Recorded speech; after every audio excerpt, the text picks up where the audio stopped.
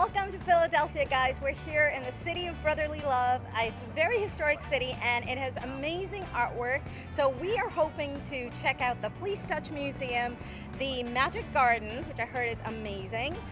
We are going to visit the first jail in North America. And we don't really know what else, but we know we want to eat. So come on, join us. Who knew there was so much to see in Philadelphia? The food is fantastic, the city is thriving, and the family activities are plentiful.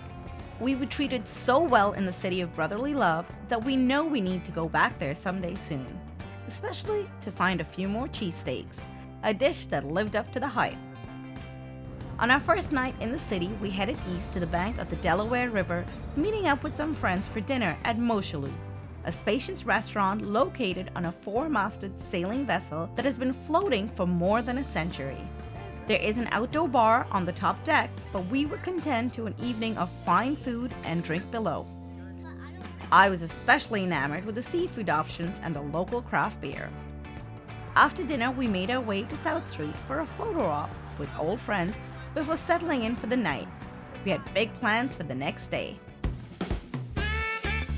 With tickets for the Philly Flash in hand on Friday morning, we started to explore the city, making our first stop at the Please Touch Museum, a large adventure center for kids that mixes a bit of science with a lot of fun. We started at the mini supermarket where the kids got to do their own shopping. A little monkey made sure to buy cookies, but thankfully didn't forget the cauliflower and hand soap. We also stepped into the mini hospital to learn about bones before making our way into the building blocks area to construct a few skyscrapers. After the kids did a few laps around the block, we aimed for the sky, but it all came crashing down. That train is the train over here. So that's the train. The highlight of the museum has to be the Alice in Wonderland section. Visitors enter the rabbit hole to discover a creatively laid out section filled with mazes, optical illusions, characters from the movie, and even a mini slide. Mad Hatter was there, and so we celebrated everyone's unbirthday before heading towards the exit.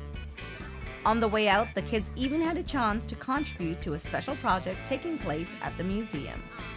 Getting the kids out of the Please Touch Museum was no easy task, but it was time for us to meet up with some friends on the steps of the Philadelphia Museum of Art.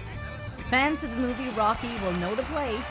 After taking some inspirational shots, we grabbed a quick lunch at Zorba's Tavern before visiting the Eastern State Penitentiary, the first modern prison ever built. The prison is a must visit, and make sure you follow along with the audio guide, which offers a wealth of amazing facts about the prison's history. The eerie hallways and abandoned cells hint at prison life in America before the 1970s. Chris found the place to be a little familiar. Not that he has spent time in jail, he just recognized the setting from one of his favorite movies, Terry Gilliam's science fiction classic 12 Monkeys. Since we visited during the day, it wasn't frightening for the little ones, who were mainly fascinated with the old toilets.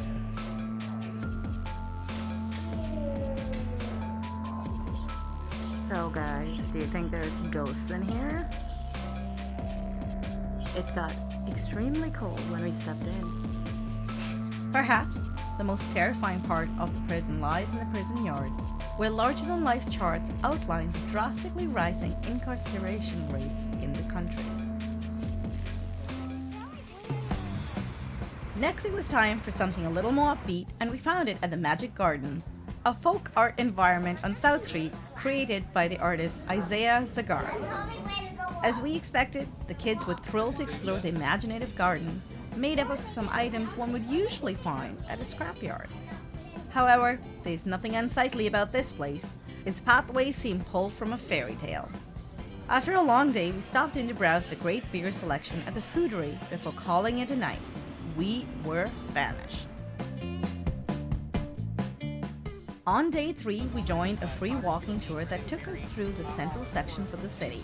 Our guide regaled us with a number of fascinating stories about the city's history, and perhaps most importantly, brought us to the Italian market, where we had front row seat for the making of another cheesesteak. As the meats and vegetables sizzled on the grill, our hunger grew out of control, but it was worth the wait. We continued the tour through a number of colorful areas, including this trip down a sort of yellow brick road near the city's charmingly named neighborhood. Our tour ended near City Hall, where we found inspiration from a bridal party and captured a few photos in the center of the action. We spent the rest of our day taking in the streets of Philadelphia, including a second stop at the Terminal Market, this time to sample the sweets. What did we just buy? Cookies! Which cookies did you get?